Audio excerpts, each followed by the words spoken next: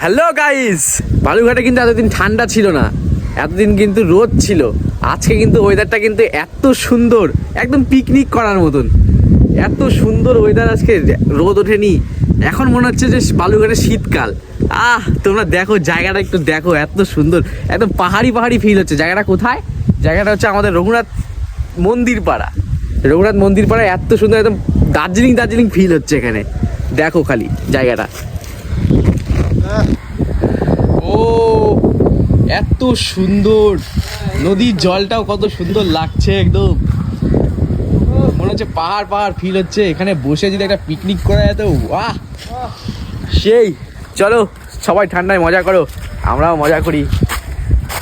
কত সুন্দর পাতা পড়ছে রাস্তাটায়, দেখো এত সুন্দর লাগছে ওয়েদারটা আজকে, মানে মজাই আ গেয়া।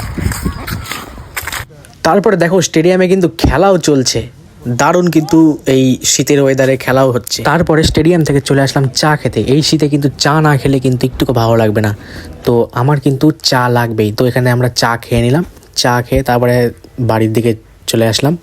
তো বাড়ির রাস্তায় এখন যাচ্ছি। এখন এরকম সুন্দর ওয়েদারে কিন্তু ঘুরতেও বেশ ভালো লাগবে, তোমরাও ঘোরো, মজা করো। চলো টাটা, আমি বাড়ি যাই।